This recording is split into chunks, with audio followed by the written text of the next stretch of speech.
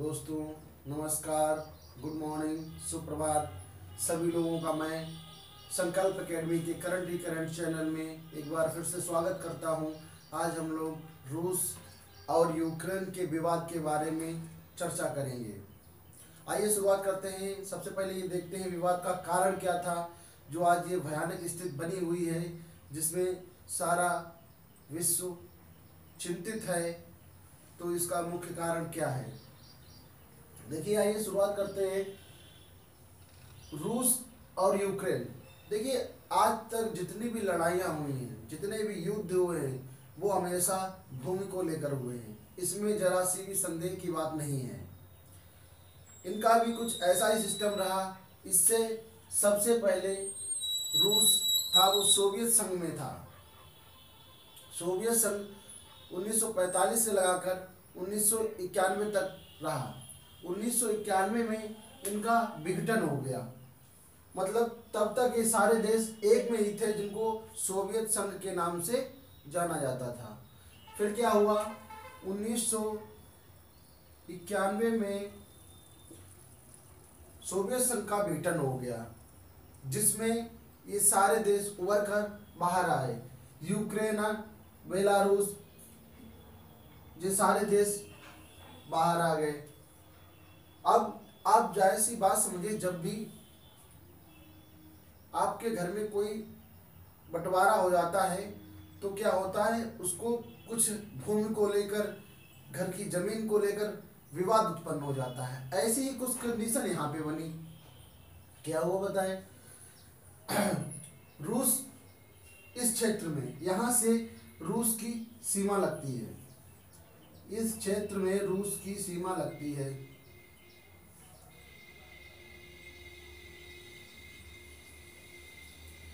तो जब 1991 में ये सारे देश अलग अलग हो गए, फिर भी कोई दिक्कत नहीं थी। सब लोग अपना सही तरीके से कार्य कर रहे थे।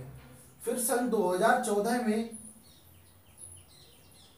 रूस और यूक्रेन के बीच विवाद हुआ क्रीमिया को लेकर। एक देश था क्रीमिया। 2014 में ये विवाद हुआ। फिर उसके बाद में एक समझौता कराया गया, जिसका नाम था Minsk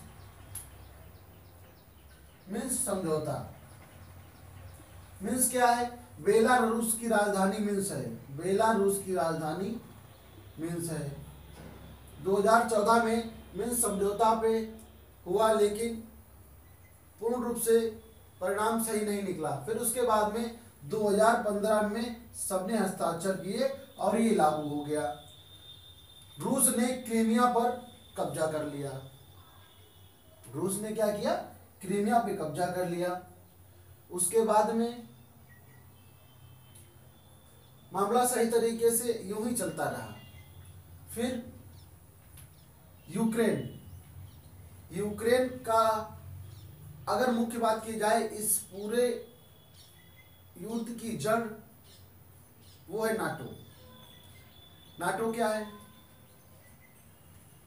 NATO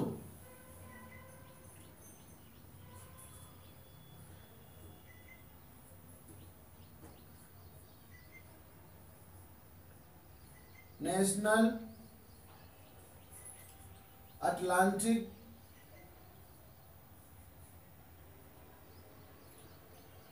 treaty organisation. National Atlantic treaty organisation, जिसकी स्थापना 1949 में हुई। नाटो की स्थापना कब हुई? 1949 में हुई। वर्तमान में इसमें 30 सदस्य हैं। जो हमारा लास्ट सदस्य बना है, वो बना है मैसिडोनिया। एक देश है मैसिडोनिया, जो नाटो का 2020 में अंतिम सदस्य बना। तो नाटो के सदस्यों की संख्या 30 हो गई है। इसके बाद में क्या हुआ? नाटो एक संगठन है। नाटो एक संगठन है, 30 देश इसमें सम्मिलित हैं। इसमें एक समझौता है। इसका मतलब यह है कि अगर उन तीसों देशों के कोई भी देश छेड़छाड़ी करता है, उन तीसों देशों में अगर कोई भी व्यक्ति छेड़खानी करता है तो सारे देश का एक गठबंधन है, वो एक साथ जवाब देते हैं। फिर क्या हुआ आप समझिए। यूक्रेन को नाटो में सम्मिलित होने की चर्चा चली। क्या है, यूक्रेन की मित्रता अमेरिका से ज़्यादा थी। तो जैसे हम लोग जानते हैं कि यार अगर किसी अच्छे व्यक्ति से हमारा संपर्क हो जाता है या बड़ी संस्था से या बड़े किसी व्यक्ति से संपर्क हो जाता है तो हमारे अंदर थोड़ा घमंड आ जाता है। हम सोचते हैं अब तो हम किसी के बड़े व्यक्ति के संरक्षण में आ गए, लेकिन ऐसा नहीं है। हमें ये सोचना चाहिए कि हम जो है हम ही हैं, हम अपने हिसाब से ही काम करेंगे जिससे हमारा फायदा होगा। दूसरों के सहारे से कोई भी काम नहीं किया जा सकता है। ऐसी ही कुछ कंडीशन हुई यूक्रेन के साथ में। यूक्रेन ने क्या किया, अमेरिका के साथ हो गया। उसने सोचा अमेरिका तो अमेरिका ही है, वो हमारा हर जगह साथ देगा, हम किसी बड़ी संस्था से जुड़ गए हैं। यही भूल कर बैठा। इसने क्या किया, नाटो की सम्मिलित होने की चर्चा चली रही थी, इसने रूस से इसका विवाद बढ़ा। वही समस्या, अलगाववाद, इस क्षेत्र में भूमि को लेकर अलगाववाद चल रहा था, इसी क्षेत्र को लेकर रूस से विवाद चढ़ा। यूक्रेन ने क्या सोचा, हमारे पास तो नाटो है, 30 देश हैं, ये हमारी सारे लोग मदद करेंगे। इन्होंने क्या किया, अनाप शनाप बयान देने शुरू कर दिए, युद्ध की घोषणा कर दी एक तरीके से समझिए। फिर क्या दिक्कत हुई,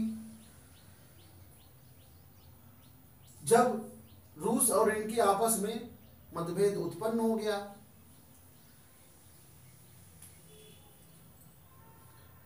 अब यूक्रेन की स्थिति भयानक होनी शुरू हो गई, युद्ध चालू हो गया। जब सारी समस्याएं उत्पन्न हुई उसके बाद में रूस ने यूक्रेन पर हमला करना चालू कर दिया। जैसे ही हमला चालू हुआ तो यूक्रेन को तो वो घमंड था कि अमेरिका मेरे साथ है, सारे नाटो के सारे देश मेरे साथ है। फिर समस्या उत्पन्न हुई, इन्होंने कहा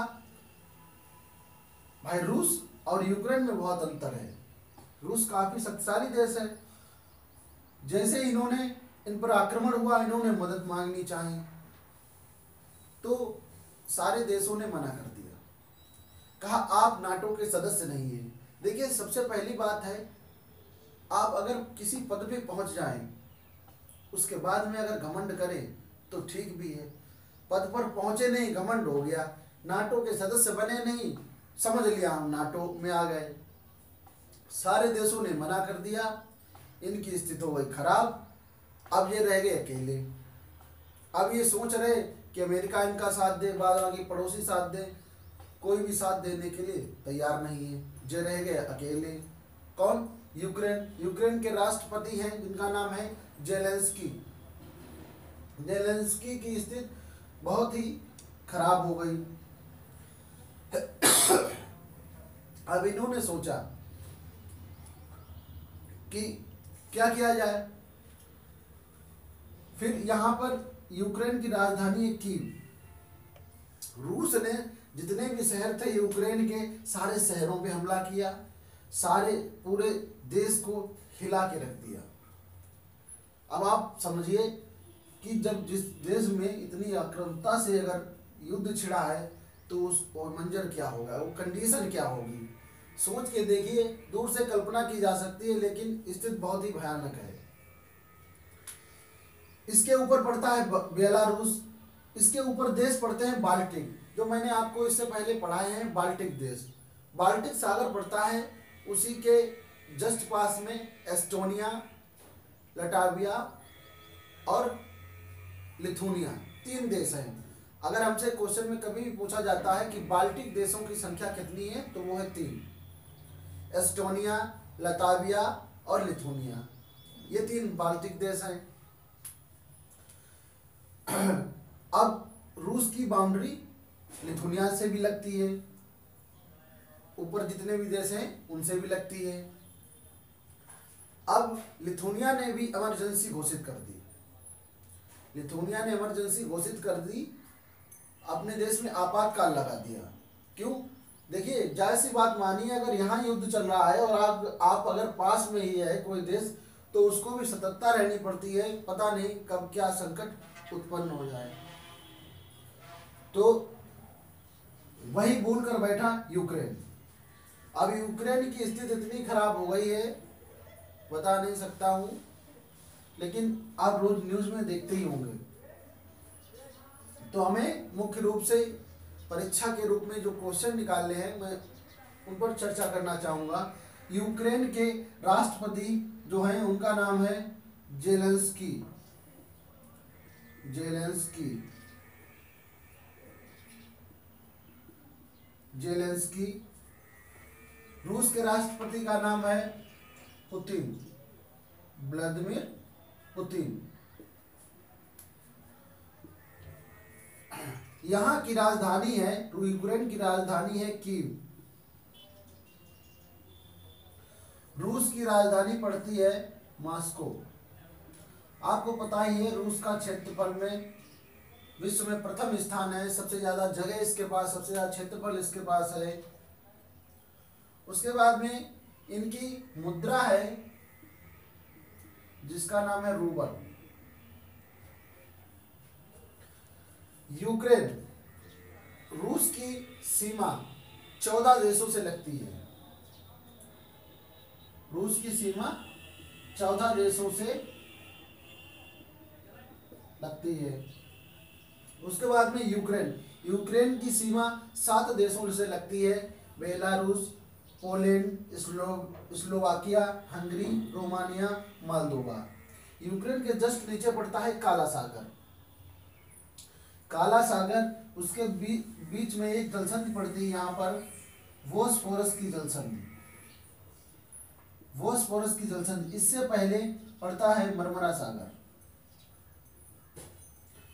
तो मरमरा सागर और काला सागर को कौन सी जलसंधि जोड़ती है? तो वो है बोस्फोरस की जलसंधि। इसके जस्ट पास में पड़ता है अंजाव सागर। अंजाव सागर। तो हमसे क्वेश्चन में पूछा जा सकता है कि बताइए यूक्रेन की सीमा किससे लगती है? तो काला सागर से लगती है, एक साइड अंजाव सागर से लगती है।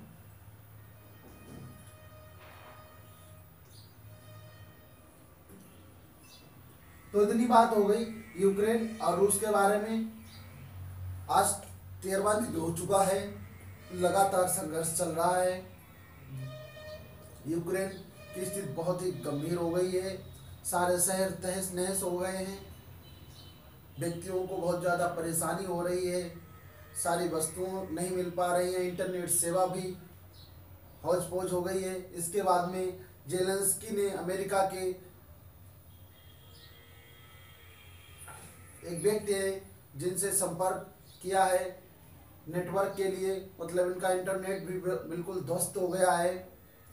तो ये इन्होंने उनसे बात की है कि हमें इंटरनेट प्रोवाइड करा दिया जाए, और अमेरिका से ये जेट मांग लेने का प्रयास कर रहे हैं। अभी तक कोई भी सूचना नहीं है कि जेट विमान इनके पास सारे ख़त्म हो चुके हैं। अमेरिका से इन्होंने कहा है मुझे जेट विमान चाहिए। तो इस युद्ध से एक चीज़ सीखने को मिलती है कि अगर स्वयं के पैरों में दम हो तभी आगे कदम बढ़ाना चाहिए। दूसरे के अनुसार अगर आप आगे बढ़ेंगे तो हमेशा आपका नुकसान होगा। जेलेंस्की की ऐसी स्थिति हुई, पूरे देश तहस से नहस हो गया। अब नाटो ने साफ मना कर दिया है। क्यों? कह रहे आप नाटो के सदस्य नहीं हैं। जब तक पोस्ट नहीं मिलती है तब तक उस पोस्ट पे घमंड नहीं होना चाहिए। जैसे ही आगे इसके अनुसार कोई नया प्रश्न बनता है हम आप लोगों को जानकारी देंगे। तब तक के लिए धन्यवाद।